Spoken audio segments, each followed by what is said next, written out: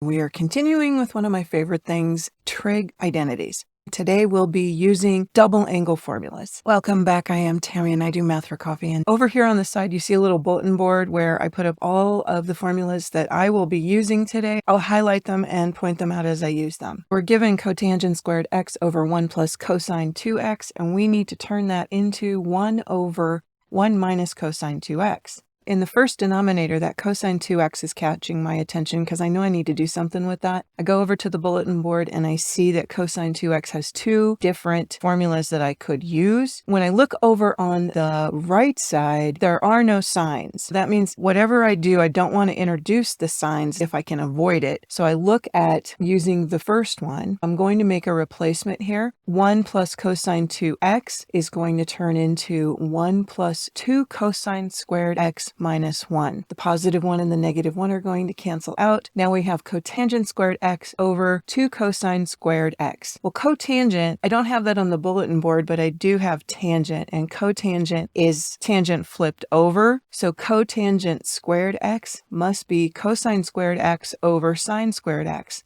And all of that is still over 2 cosine squared x. Now, I have a complex fraction here, and that's basically division of fractions. If you remember how to do skip, flip, multiply. If you don't, I'll put a link up here right now so you can get a review on fraction operations. Continuing, we're going to take that numerator and just copy it. Cosine squared x over sine squared x. We're going to multiply that times the reciprocal of the denominator, which would be 1 over 2 cosine squared x. Before we multiply, I can see that I can cancel the cosine squared x, so I'm going to do that. And what I'm left with is just a 1 in the numerator over the 2 didn't go away and the sine squared x didn't go away. Now that 2 sine squared x is looking a little familiar to me, but it's not exactly a formula set up all by itself. I see it up here in the cosine 2x equals 1 minus 2 sine squared x. So I need to fiddle with that a little bit. If I add 2 sine squared x to both sides, I get 2 sine squared x plus cosine 2x equals 1. So it's an identity that I'm given, but I'm manipulating a little to make it work for what I need it to do right now. Now I'm going to subtract cosine 2x from both sides, and I have 2 sine squared x, which is what I have. I can substitute 1 minus cosine 2x for that because it works. Pop that in, and I'm now back to where I need to be. Once I make that substitution, I have verified this identity. I get 1 over 1 minus cosine 2x. We need to turn sine 2x over tan x cos x into 2 sine x cos x cosecant x. Looking at the right side, I'm noticing that there are no 2 x's over there, that everything is an x. So the first thing I'm noticing on the left side is that sine 2x.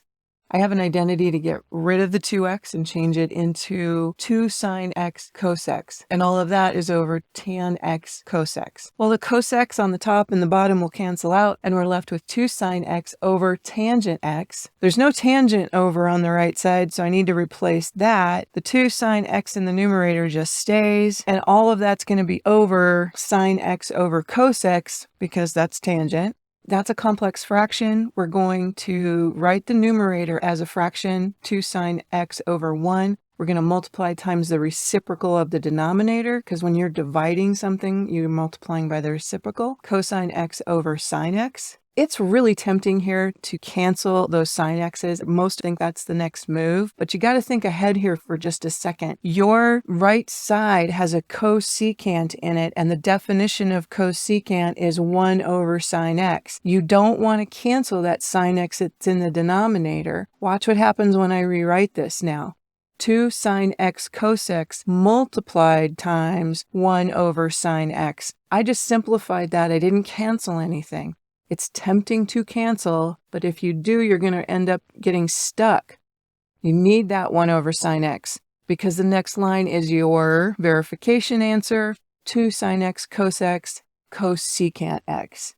Cotangent x tangent squared x needs to be turned into 2 sine x cos x over 1 plus cosine 2x. Well, it's just habit for me to get rid of all the cotangents and tangents because I like to turn everything into sines and cosines. Cotangent is going to be cosine over sine x. Tangent squared, that's sine squared x over cosine squared x, but just to make things simpler for myself, I'm going to write them out twice. I get sine x over cos x times another sine x over cos x. And now I can see the first cosine is going to cancel, the first sine is going to cancel, and I'm left with sine x over cos x. That's so simple. How am I going to make this into something that looks a heck of a lot more complicated? Well, I'm looking at this formula for cosine 2x. I've got to get a cosine of 2x popping up in here somewhere. And I see that inside that first formula, there is a 2 cosine squared x. I need to get that happening in here somehow. If I look at my sine x over cos x, there's no 2 in that denominator, and I need another cos x. If I multiply by 2 cos x over 2 cos x, let's see what I get.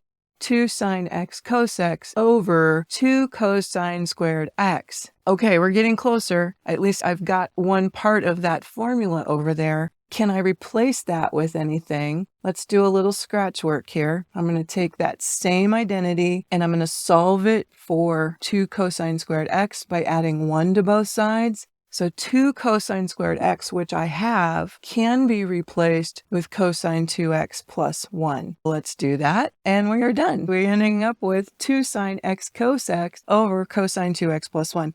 Yay! That's tricky. That's a tricky problem. So make a note right there in that one spot where you had to not cancel everything. I did make another video about verifying trig identities. You can click into that one right now, or you could also click into the entire playlist for pre-calculus. Thank you for watching. I'll see you next time.